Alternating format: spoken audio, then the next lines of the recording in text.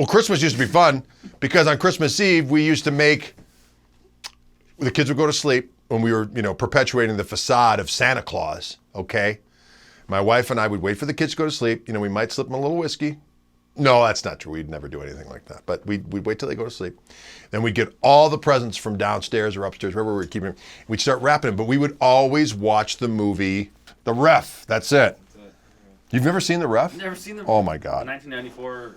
It is so good. Anyway, so we would watch The Ref and wrap presents. And the next day we would have the kids wake up. They'd see Santa's Great Bounty.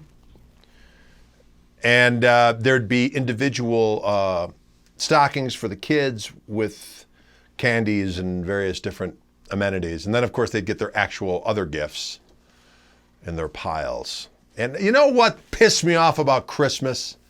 Okay, so there always had to be the marquee gift for each kid. And then, of course, they knew, what do you really want? I don't know what I want. And then we'd be like, well, you want this thing, right? I remember one year it was a Lego pyramid. It was a Lego pyramid. Actually, it was a Playmobil thing. It was not inexpensive, okay? Pyramid and Sphinx. We got young man cub, and that's what you want for Christmas, right? Yeah, I guess so. My wife's like, oh, we gotta get quick. They're running out of it. There would always be the gift that you had to get before it ran out. We'd be on it. We'd finally get it. And then Christmas rolls around and they see it and they're like, yeah.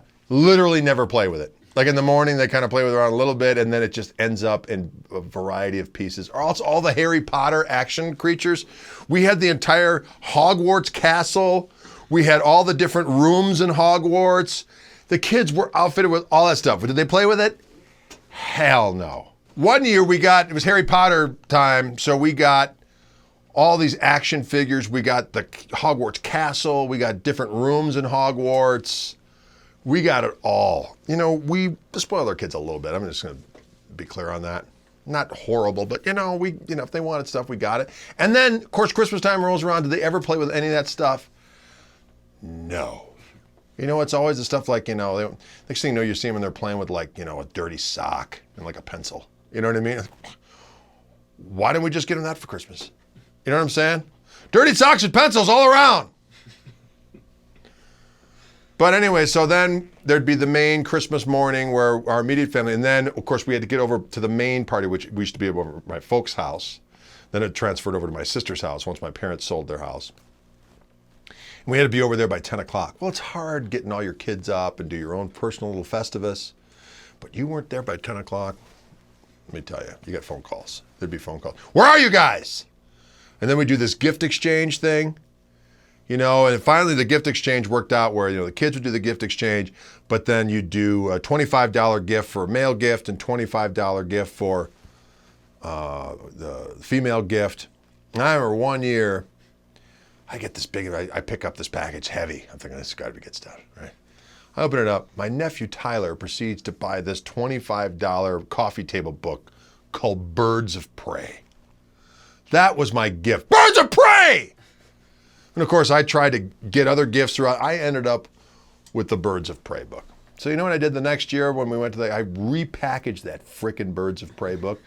But I wasn't a cheapskate. I put $25 in the book and then wrapped it up, and then that became a gag gift. And then somehow that next year there was like a weird blazer that was added as the gag gift. And then word came down from my sisters, who sometimes stand no nonsense. No more gag gifts! And that was the end of Birds of Prey. Although it did make a brief appearance last year. I did see the Birds of Prey book. So there's that. Anyways, we'd spend a little time over there, be a big breakfast feast. One of my favorite things about both Thanksgiving when we go over to my sister's house or Christmas is that my nephew-in-law, so my brother's daughter, Melissa, is married to Paolo. Paolo's from Italy. Let me tell you, Paolo makes a lasagna that could stop time, okay?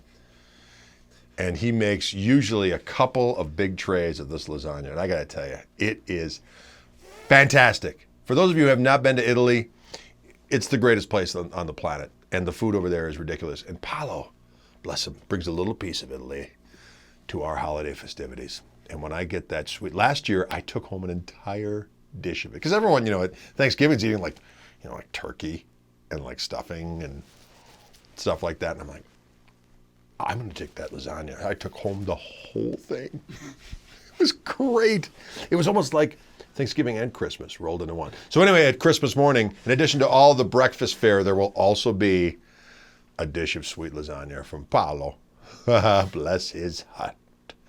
So then we feast for a while, and then we get on out and go back home. Usually end up seeing a movie later on Christmas Day, something like that. And then the next day, we usually saddle up the minivan, the Honda Odyssey, the Cadillac of minivans, if I might be so bold. And we take that sucker 5 hours up to the dual metropolitan complex of Minneapolis and St. Paul, and we visit my in-laws.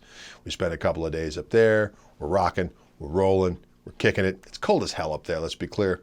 But we have good times. So that's basically our routine. Then we go back home, because my wife's birthday is on the 29th of December. Let me just tell you that I hemorrhage cash in the last quarter of every year, okay? My kids' birthdays are in September, and then I've got November 19th. My son's birthday is the 23rd of December. My wife's is the 29th, and then I got Christmas, okay? Let's talk about hemorrhaging money. It's a hemorrhage fest, you know what I'm saying? These are good problems to have, don't get me wrong. It's good to have people in your life that have birthdays, and you have the good fortune of having a little bit of extra ducatry to be able to pay for gifts and such. But still, having said that, it'd be nice if it spread it around a little bit. You know, I was nice about it. I didn't come out of the womb until the middle of June. I stuck away from the holidays. June 23rd is when I came out, ready to rock. So I'm not, putting any kind of burden on anybody. I'm right smack dab in the middle of the year. Away from the holidays. Fellas, right? Fellas! June. June is when it all happens. Okay. There you have it. That's a little holiday rambling for you. Merry Christmas and Happy New Year and Happy Hanukkah and Kwanzaa and any other holiday that may coincide. Festivus, winter solstice, whatever the case may be for everyone here at Wildwood Guitarist, to your festive families, we wish you all the best this holiday season. Out.